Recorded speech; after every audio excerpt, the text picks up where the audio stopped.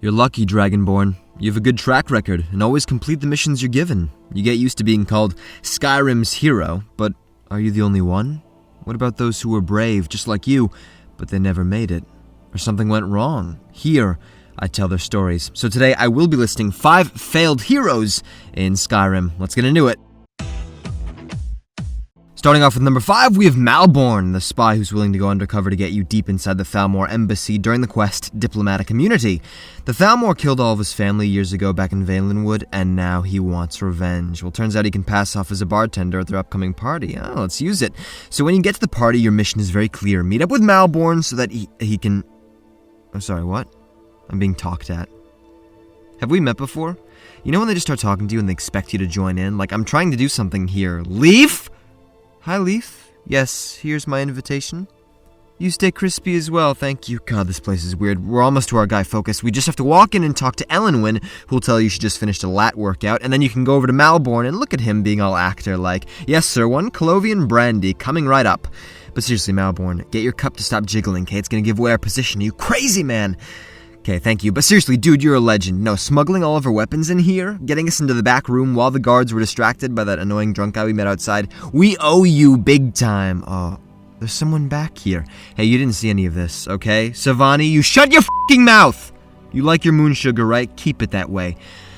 So you fight your way through the embassy until you finally reach the basement where you can get information about Esbern. The trouble is, now you're trapped. 2 Thalmor guards come in and they've got Malborn tied up. His cover's been blown! And if you don't kill them fast enough, it's very likely he'll die down here. Dying just so you could come in and get the information you needed. Right? It was nice of him, but he knew it was a possibility.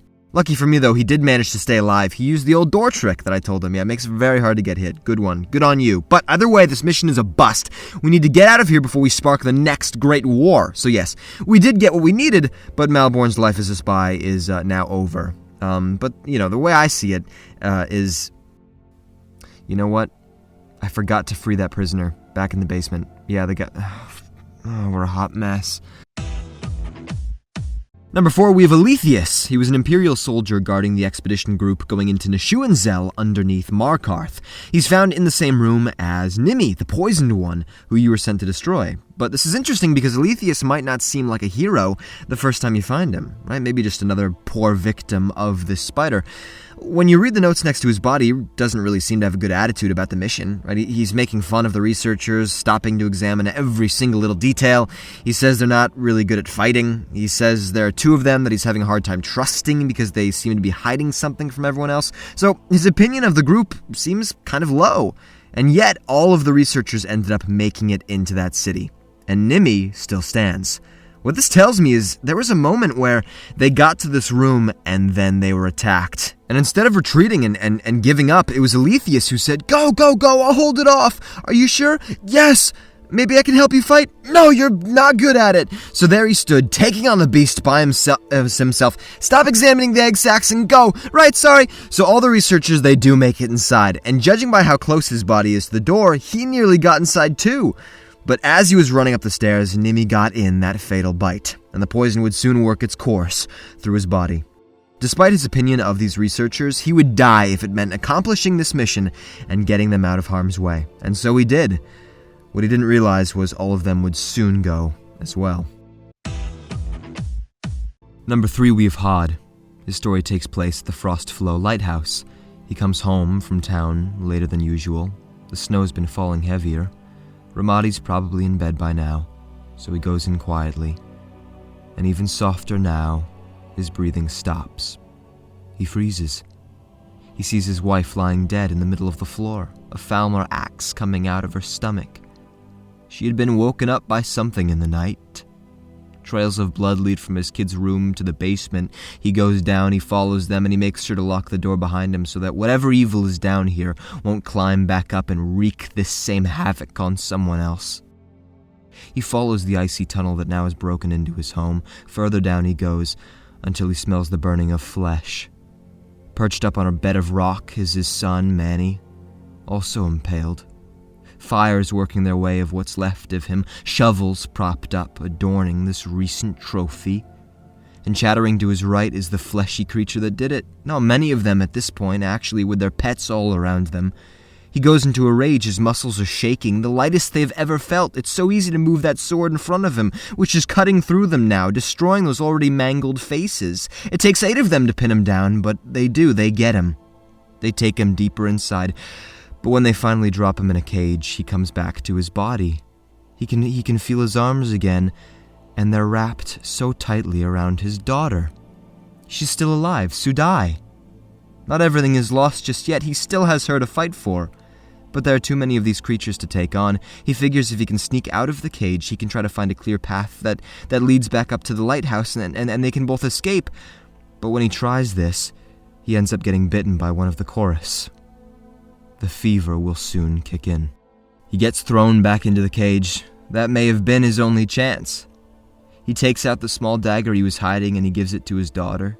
She knows what it means, and it's up to her to end things early. He spends the rest of his time telling her, how he loves his wife and his son, that he's sorry he ever moved them here, and that soon they'll all be reunited, but the words, they start to not make sense. He's drooling on himself now. His eyes are rolling up to the back. He's still mumbling when they take him away, down to where the chorus moan. She knows he's not coming back. She uses the dagger on herself. Hod can feel himself slipping. His brain is down in the water with his knees. His arms are being dragged. And when they're let go, he looks up to meet the Reaper. He never had to come down here. He never had to lock himself inside and try and contain all of this mess. But if it meant saving his kids, there was nothing that he wouldn't do.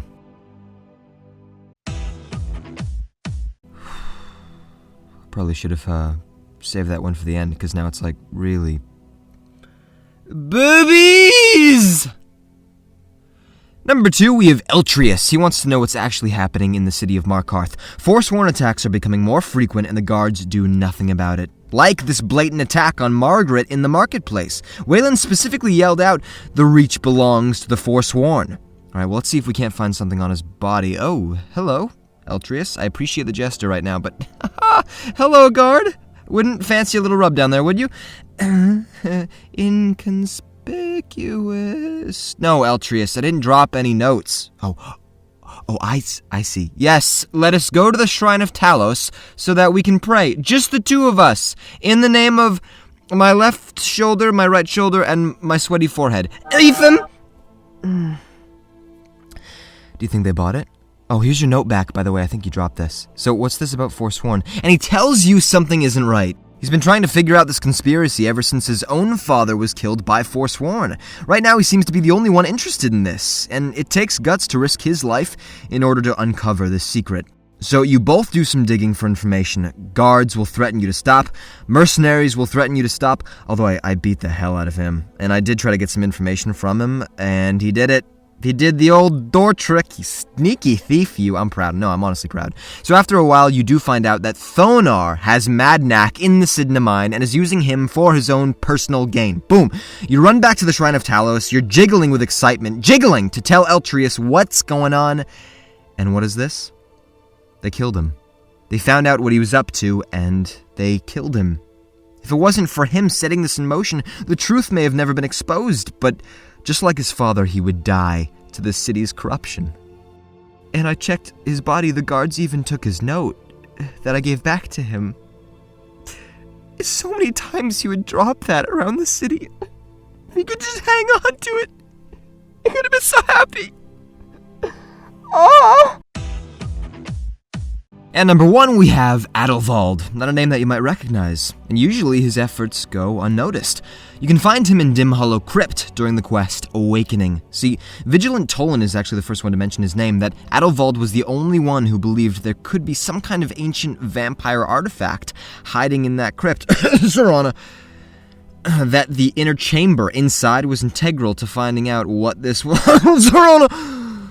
That surely... this was necessary to progress the Dawnguard DLC's main questline. So you head over there, Somehow Tolan got there first even though you left after him, what? And it didn't do him any good because he got killed in the very first room. Although I am happy to give him the honorable mention as a failed hero because while it was just him up against 4 vampires as well as a death hound, he was still able to take out 2 of them before going down. Tolan, you balding beast. But he was obviously on his way somewhere, so you continue and eventually you come into a balcony. That is when you hear his voice. Adelwald is kneeling, execution style, about to be killed. The vampires are trying to get him to tell them how to unlock the puzzle of this inner chamber, but he won't. Even in the face of death or any other kind of suffering, torture, being a slave and having your blood drained from you throughout the day, every day, he still won't tell them anything. He even says his oath to Stendarr is stronger than any suffering you can inflict on me. Unfortunately, though, he does have to die. No matter how quickly you move, he will always be cut down by the time you get your eyes on him. Well, a brave man doesn't deserve to die with his hands behind his back. I untied him and faced him upright, the same way he was willing to look at whatever challenges faced him. And Stendarr's vengeance would come very quickly, in the form of a Khajiit, slaughtering the rest of what crawled down in this sad place, thinking themselves impervious. I then took his body and would give him a proper burial above the underground, even forgetting about Serana, because you know what they say, champs before vamps. And there you have it, 5 failed heroes in Skyrim. If you enjoyed the video, please like, comment, and subscribe, and down below please tell me, is there another person you would like to add to this list? Alright, thank you very much for watching. Take these stories and learn from them, Dragonborn. I don't want to add your name to this list one day.